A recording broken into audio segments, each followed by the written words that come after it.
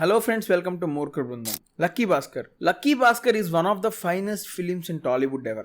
ఎందుకంటే ఒక్క నిమిషం కూడా జనాల్ని స్టోరీ నుండి పక్కకి తీసుకురాలా. ఐ డోంట్ నో మళ్ళీ వెంకీ అట్లూరి అలాంటి మూవీ తీస్తాడో లేదో తెలీదు, బట్ ఈసారి మాత్రం చింపేశాడు. వెంకీ అట్లూరి కాదు, లక్కీ అట్లూరి అనే పేరు వచ్చేస్తుందేమో. అసలు స్టోరీ రాశాడు, పిచ్చ గ్రిప్పింగ్ గా రాశాడు. జనాల్ని ఎలా తీసుకొని వెళ్ళిపోతాడు భయ్యా ఓల్డ్ లోకి.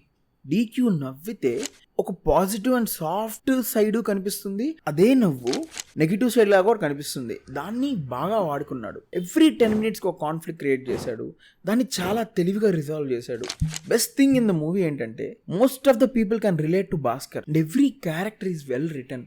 భాస్కర్ వైఫ్ క్యారెక్టర్ కానీ, వాళ్ళ బావ క్యారెక్టరు, వాళ్ళ friend character and Antony character, వాళ్ళ నాన్న character very well written. First 10 minutesలోనే లక్కీ భాస్కర్ ప్రపంచాన్ని ఎలా చూపించేస్తాడు. భాస్కర్ పడే స్ట్రగుల్స్, ఆ క్యారెక్టర్కి మనీ ఎంత ఇంపార్టెంట్ అండ్ నిజాయితీగా ఉంటే ఏం దొరకదని తెలుసుకునే మూమెంట్, ఎందుకు ఆ క్యారెక్టర్ లాంటి పని చేయాల్సి వచ్చింది అనేది చాలా బ్యూటిఫుల్గా ప్రజెంట్ చేస్తాడు.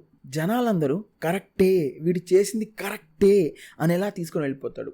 అప్పట్లో ఉండే లూప్ హోల్స్ని బాగా వాడుకున్నాడు. Such a well written script and well deserved screenplay with a banger BGM. Climax, pre interval, character arc దినమ్మ సావ కొట్టాడు. నాకు అన్నిటికంటే నచ్చింది ఫోర్త్ వాల్ బ్రేక్ చేసి జనాలతో మాట్లాడడం. క్లైమాక్స్కి వస్తే అదిరిపోయే ట్విస్ట్.